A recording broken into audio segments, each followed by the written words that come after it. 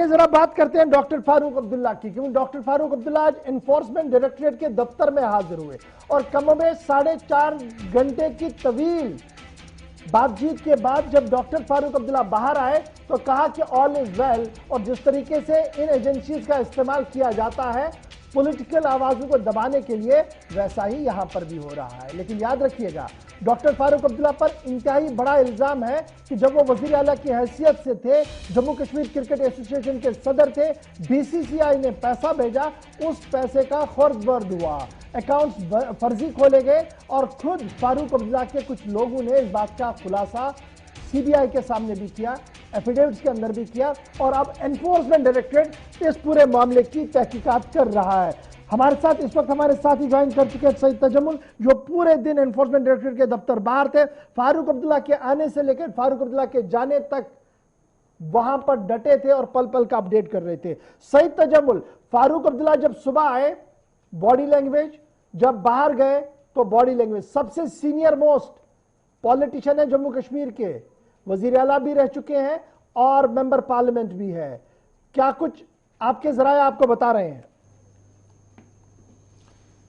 بہت بہت شکریہ اشفاق صاحب۔ جموں کشمیر میں 3 بار وزیر اعلیٰ رہ چکے، مرکزی وزیر رہ چکے اور موجودہ پارلیمنٹ ممبر سینٹرل کشمیر سے ڈاکٹر فاروق عبداللہ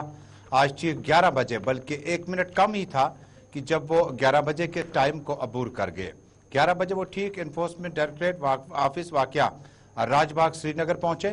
اور جب میری ملاقات ان سے ہوئی، چونکہ ہم وہاں پہ صبح سے بالکل تیار بیٹھے تھے، تو ڈاکٹر فاروق عبداللہ نے اپنی آمد کے بجائے اپنے ٹاپک کو ڈاکٹر بھیم سنگھ کی یادوں کے ساتھ جوڑا اور کہا کہ آج میں یہاں آیا ہوں لیکن ڈاکٹر بھیم سنگھ انتقال کر گئے، انہیں بڑی ستا رہی ہے ان کی جدائی کا عالم۔ اسی بیچ میں ڈاکٹر فاروق عبداللہ سے ہم نے پوچھا کلگام میں ہندو خاتون ٹیچر کا قتل ہوا تو اس پہ کوئی بیان نہیں دیا، اور اس کے بعد میں نے دوبارہ پوچھا، میں نے کہا یہاں آ کر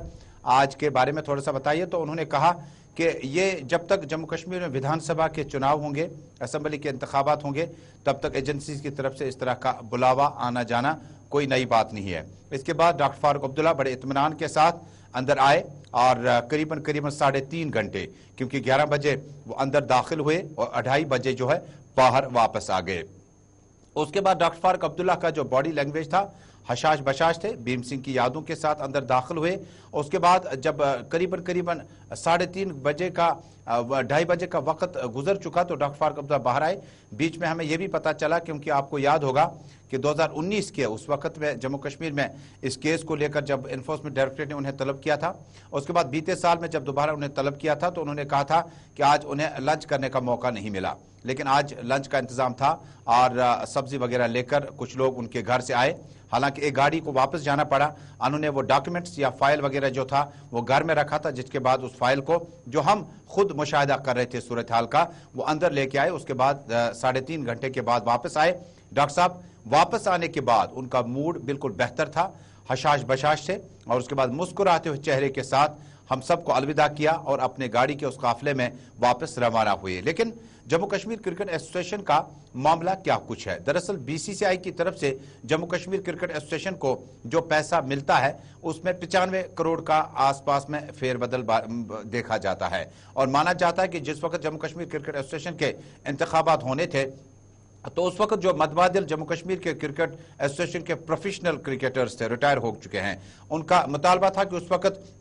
جب ڈاکٹر فاروق عبداللہ نے ان چیکوں کو سائن کرنا تھا تو سائن کرنے کے لیے انہیں اس وقت اپنے ٹریجرر سے انہیں دستخط کرانے تھے، لیکن احسان مرزا سے دستخط ہو گئے ہیں، یعنی غضنفر صاحب سے دستخط نہیں ہو پائے۔ اس کے بعد تبادلے میں کھلاڑیوں نے کہا تھا ڈاکٹر صاحب یہ جو اب معاملہ پیسوں کا ہے اور اس میں بہت زیادہ پیسہ جو ہے وہ غائب پایا گیا ہے، کیوں نہ ایسا ہو کہ آپ اس پیسے کو واپس لوٹا دیں، معاملہ رفع دفع ہو جائے گا۔ اس کے بعد جموں کشمیر نیشنل کانفرنس کے قریبی ساتھی رہ چکے اسلم گونی وہاں پہ موجود تھے، انہوں نے معاملہ کورٹ تک لیا، اس کے بعد ایف آئی آر درج ہوئی اور آہستہ آہستہ اب یہ 54 کروڑ تک سمیٹ چکا ہے، کیونکہ ڈاکٹر فاروق عبداللہ کی پہلے ہی انفورسمنٹ ڈائریکٹوریٹ نے 10 کروڑ کی جو پراپرٹی ہے اس کو اٹیچ کیا ہے، ابھی بھی 46 کروڑ کے آس پاس کا حساب کتاب جو ہے وہ ڈاکٹر فاروق عبداللہ 3.5 گھنٹے تک دیتے رہے۔ اس کے بعد مزید تفصیلات اس کیس کے بارے میں کچھ اور انتظار کرنا ہوگا، جس کے بعد اس کرکٹ ایسوسی ایشن کے معاملے کا کوئی حتمی فیصلہ ہو سکتا ہے۔ بہت بہت شکریہ جی سید تجمل ہمارے ساتھ جوائن کرنے کے لیے۔